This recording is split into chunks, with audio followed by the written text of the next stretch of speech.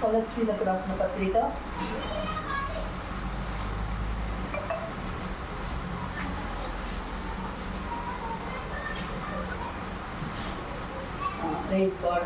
4వ అధ్యాయము. కొలస్సీలకు రాసిన పత్రిక 4వ అధ్యాయం 7వ వచనం చూద్దామండి. 4వ అధ్యాయం కొలస్సీ. ప్రియ సహోదరులను, ప్రభువునందు నమ్మకమైన పరిచారకులను, నా తోటి సేవకుడైన తీతుకు నన్ను చూసిన సంగతులన్నీ మీకు తెలియజేయు. మీరు మా స్థితి తెలుసుకున్నట్లును, మీ హృదయములను అతడు ఆదరించినట్లును, అతనికి కూడా నమ్మకమైన ప్రియ సహోదరుడునైన ఒనేసియును మీ యొద్దకు పంపుచున్నాం. ఇతడు మీ యొద్ద నుండి వచ్చిన వాడే. నేను ఇక్కడికి సంగతులన్నీ మీకు తెలియజేయు. హల్లెలూయా. అలాగే ఈ యొక్క 4వ అధ్యాయం 10వ వచనం కూర్చోమా. నాతో కూడా చెరలో ఉన్న అరిస్తార్కును బర్నబాకును సమీప జ్ఞాతి అయిన మార్పును మీకు మందిరంలో చెప్పుచున్నారు. ఈ మార్పును గురించి మీరు ఆజ్ఞలు పొందితే ఇక్కడ మీ యొద్దకు వచ్చిన ఎడలా ఇతన్ని చేర్చుకోండి. Praise God. హల్లెలూయా. ఇక్కడ దేవుని యొక్క వాక్యంలో మనం చదివినట్లయితే అనేక మార్లు ఈ యొక్క అపోస్తలుడైన పౌలు చెప్తున్న మాట ఏంటంటే, నేను నా సహదాసులు మేమందరం కలిసి సేవ చేస్తున్నాం, సేవలో ఉన్నాం, ప్రార్థనలో ఉన్నాం. నాకు వచ్చిన వాక్యం ఏంటంటే, రిఫరెన్స్ నేను సరిగ్గా గుర్తుపట్టలేకపోయాను, కానీ దేనిని గూర్చి చింతపడొద్దు అని దేవుడు చెప్తున్నాడు. హల్లెలూయా. దేనిని గూర్చి చింతపడొద్దు అండి. చింతపడితే చింత వలన అనారోగ్యం వచ్చేస్తుందండి. హల్లెలూయా. 2 చింత దేనిని ఆకర్షిస్తుందో తెలుసా అండి? చింత వాటమిని ఆకర్షిస్తుంది. అర్థమైందండి? కొంతమంది ఏదన్నా కార్యం జరగకపోతే బాగా చింతిస్తూ ఉంటారండి, ఆలోచిస్తూ ఉంటారు. అప్పుడు వాటమిలోకి వెళ్ళిపోతారు. ఈ సాయంత్రం ఇక్కడ కూర్చున్న బిడ్డలు ఎవరు ఓడిపోయే స్థితిలో ఉండకుందురుగా. హల్లెలూయా. దేని గూర్చి చింతపడొద్దు, కానీ ప్రార్థన. చదువున్నాను ఫ్రెండ్స్. మీలో క్రీస్తు యేసు దాసుడునైన ఎపఫ్రానికి వందనం చెప్పుచున్నాడు. మీరు సంపూర్ణులను, ప్రతి విషయంలో దేవుని చిత్తంలో గురించి సంపూర్ణ ఆత్మ నిశ్చయిత గలవారై నిలకడగా ఉండవలను. ఇతడు ఎల్లప్పుడూ మీ కొరకు తన ప్రార్థనలో పోరాడు. చెప్పండి, దేని గురించి చింతపడొద్దు. హల్లెలూయా. కానీ ప్రార్థన చెయ్యండి. హల్లెలూయా. ప్రార్థన ఎంత గొప్ప కార్యాలు చేస్తుందో తెలుసా అండి? కొన్ని సంవత్సరాల క్రితం మా కుటుంబంలో ఒక విషయం జరిగిందండి. మాకు చాలా దగ్గరగా ఉండేటువంటి ఒక పాప, అంటే మన రక్త సంబంధించిన ఒక పాప ఒక అబ్బాయిని ప్రేమించిందండి. Praise God. హల్లెలూయా.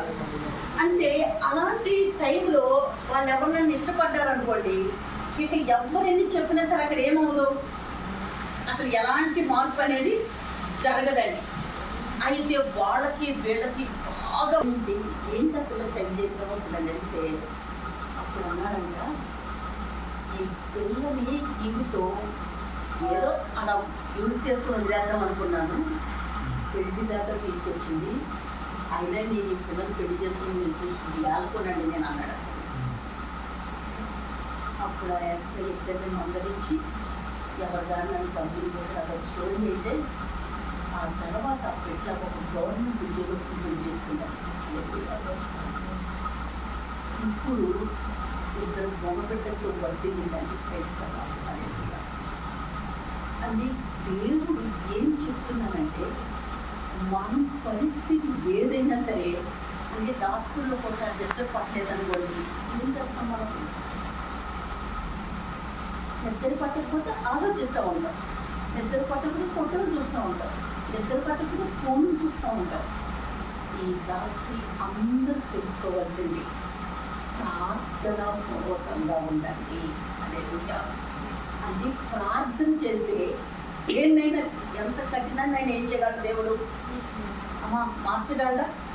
పరిస్థితిని మార్చగలడా?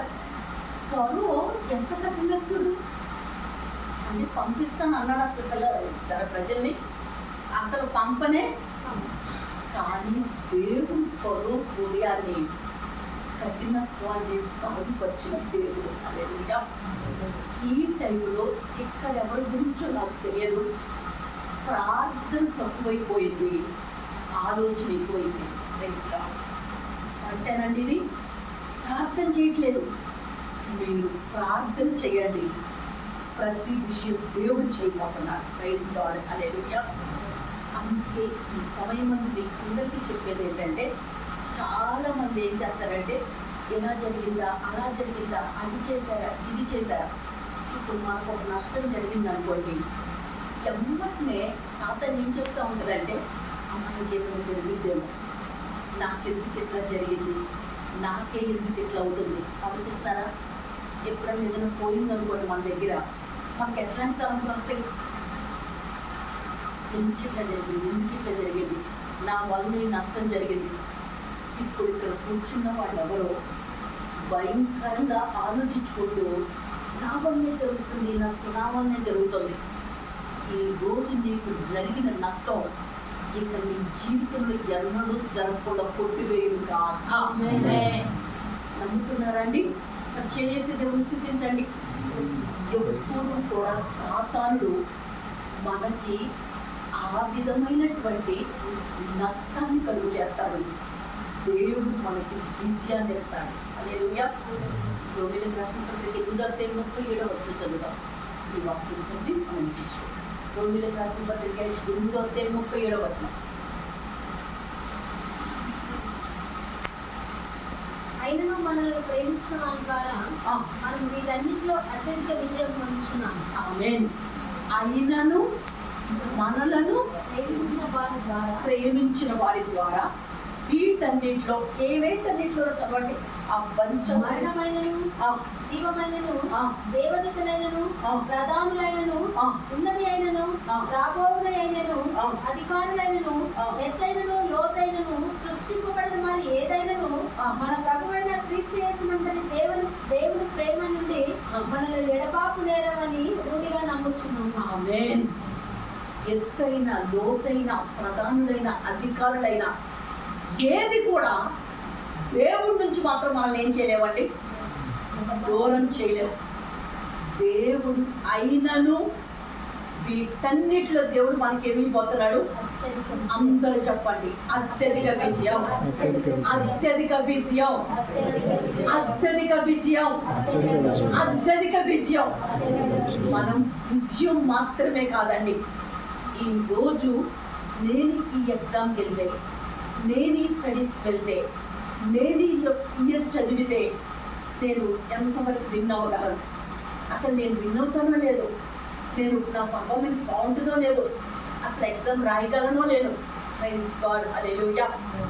యూఎస్లో ఒక పిల్లోడు ఉన్నాడండి, పుట్టినప్పుడు చెప్పారండి ఆటిజం అని.